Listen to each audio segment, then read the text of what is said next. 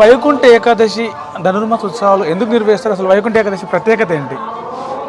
వైకుంఠ ఏకాదశి అన్ని ఏకాదశులలో సాధారణంగా మనకు ప్రతి నెలకు 2 ఏకాదశులు వస్తాయి. సంవత్సరానికి మనకు 24 ఏకాదశులు వస్తాయి. అన్ని ఏకాదశులలో ఒక్కొక్క ఏకాదశికి ఒక్కొక్క రకమైన ప్రత్యేకమైన చక్కటి దానికి సంబంధించిన వివరణ ఉంది. అన్ని ఏకాదశిలో ముఖ్యంగా ఈ యొక్క వైకుంఠ ఏకాదశికి చాలా గొప్ప విశేషమే ఉంది.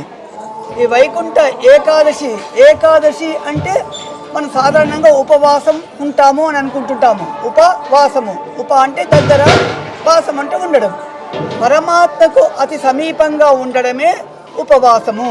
అంటే పరమాత్మను గురించి ధ్యానం చేయడం, పరమాత్మ గురించి ఎప్పుడు చింతన చేయడమే ఈ యొక్క ఉపవాసము. అంటే వైకుంఠ ఏకాదశి అంటే వైకుంఠంలో ఉండే పరమాత్మ అయిన శ్రీమన్నారాయణుడి సులభంగా పొందడానికి ఈ వైకుంఠ ఏకాదశి నాడు చక్కగా అందరం కూడా మనం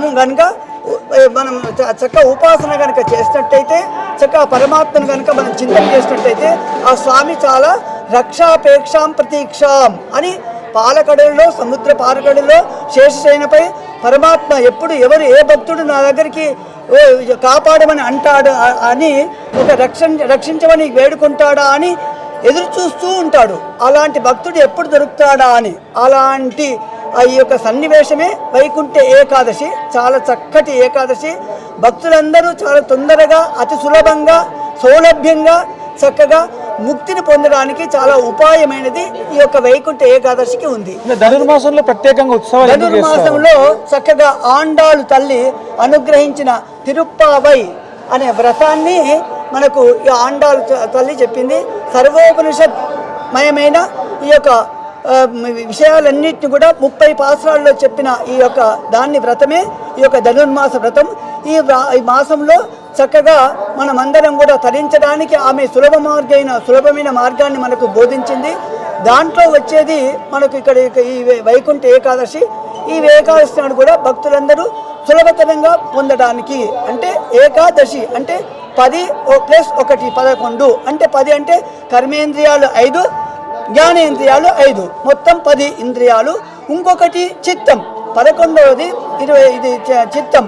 అంటే మన చిత్తాన్ని ఈ యొక్క శమము దమము, బాహ్యేంద్రియము అంతరేంద్రియమని ఈ రెండింటిని మనం అదుపులో పెట్టుకొని చక్కగా పరమాత్మ వైపే మనం ఉండాలి. అంటే అహంకార మమకారాలు అనేటివి లేకుండా అందరి ఎలా చక్కగా దయ, అంటే అధ్యేష్ట సర్వభూతానాం, అందరినీ సమంగా చూస్తూ దయతో, కరుణతో చక్కగా ఉండి ఆ యొక్క మనస్సును పరమాత్మ వైపు మళ్లించడం అనేది గొప్ప విషయము.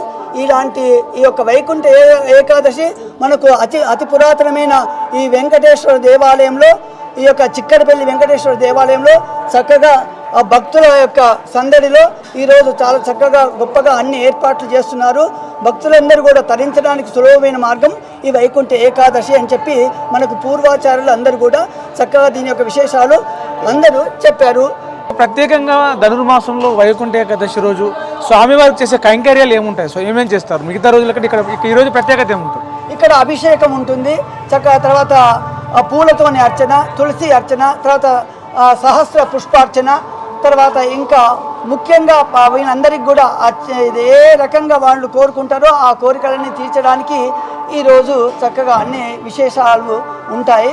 ఇక్కడ ముఖ్యంగా చాలా వెంకటేశ్వర స్వామి, కలియుగంలో ఉండే వెంకటేశ్వరుడే మనకందరికీ దిక్కు కాబట్టి ఆ యొక్క వెంకటేశ్వర స్వామి కనుక ఎవరైతే వేడుకుంటారో వాళ్ళందరికీ కూడా ఆయన చక్కగా మనకు అనుకున్న కోరికలన్నీ నెరవేర్చేవాడు వెంకటేశ్వరుడు అని చక్కగా. అంటే ఈ వైకుంఠ ఏకాదశి రోజున స్వామివారు ప్రత్యేక అవతారంలో ఏమన్నా దర్శనమిస్తారా, లేక రెగ్యులర్గా ఉండేలాగే కనిపిస్తారు?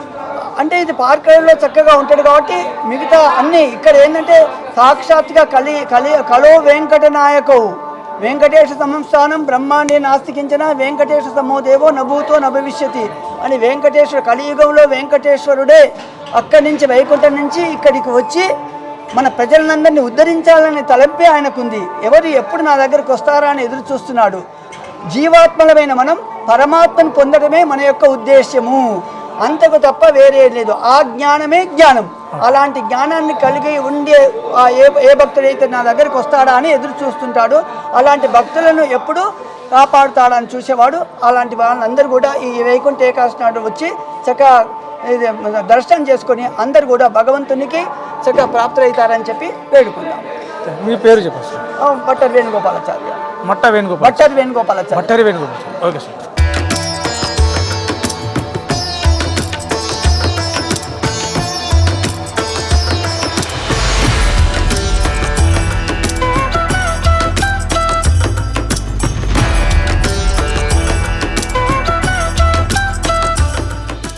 ఓం నమో వెంకటేశాయ.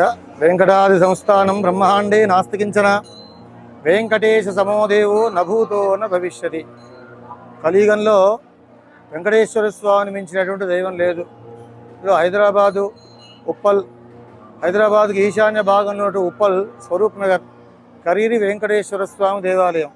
కరి అనగా ఏనుగు, గిరి అనగా కొండ. ఏనుగు లాంటి కొండ. ఆ కొండ మీద వెంకటేశ్వర స్వామి వారి యొక్క దేవాలయం 1968లో ప్రతిష్ఠితపడింది. శ్రీమాన్ కందాడి ధర్మాచార్యుల గారిచే ప్రతిష్ఠించినటువంటి ఈ యొక్క దేవాలయం అప్పటి నుంచి ఇప్పటి వరకు దినదిన ప్రవర్ధమానంగా విరాజిల్లుతూ ఈ ప్రాంత వాసులను ఆ యొక్క వెంకటేశ్వర స్వామి అన్ని కోరికల నుంచి కొంగు బంగారమై రక్షిస్తూ వస్తున్నారు. ఎంతోమంది ఈ యొక్క స్వామివారిని సేవిస్తూ తరిస్తూ ఉన్నారు.